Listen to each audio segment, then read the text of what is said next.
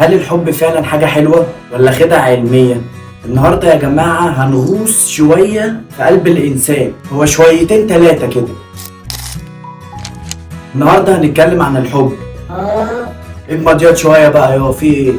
أنا جايب شوية معلومات مش أنا اللي قلت، دول العلماء. حضر محنك حضر قلبك وتعالى. الحب في علم النفس هم قالوا ان المخ بيقع في الحب في اقل من ربع ثانيه. تخيل معايا انك بتقع في الحب بنفس سرعه رمشه العين. المفاجاه ان المخ في اللحظه دي بيشتغل كانه واخد مخدر، نفس تاثير الكوكايين بالظبط. علشان كده لما بتسيب اللي بتحبها او اللي بتحبها سابتك بتفضل تتعافى منه شهور وسنين، ولما بتقابلها صدفه كانك انتكست وخدت جرعه من المخدر. العلماء قالوا انك لما بتبص في عيون اللي بتحبها مراكز التفكير بتقف اللي في مخك وبتبقى زي اللهبة.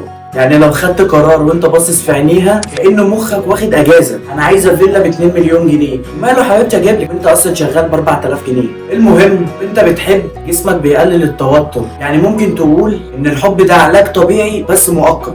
وفي معلومة تانية ان الحب الاول في حياتك يسيب بصمة في قلبك طول حياتك. حتى لو اتجوزت وخلفت، حتى لو بقى عندك 60 سنة، بيفضل الشخص اللي حبيته أول واحد سايب مكان في قلبك عمره ما بيتنسي. الأحياء بقى قالوا إن ريحة اللي بتحبها بتقلل وجعك الجسدي. يعني لو عندك الغضروف خليها تاكل طبق كرنب وهي هتقوم بالواجب. المهم إن ده مثبت علميا، وإن فعلا الحب ممكن يكسر قلبك. بس في ناس تغير النقطة دي لنقطة قوة، بيخليه ينزل جيم، ينزل شغل، يعمل فلوس، يغير حياته كلها من 0 ل 100%. بس تلاقيه بقى بيتغير على كل الناس اللي بيحبوه، حرفيا ميبقاش طاق، بيخسر كل اللي حواليه بس مش همه حد. نرجع لكلامنا، اختصار ان الحب مش بيأثر على مشاعرك بس، لا ده بيدخل في كيمياء جسمك كأنه فيروس. لما بتسيب اللي انت بتحبها بتبقى عايز مصحة زي بتوع المخدرات.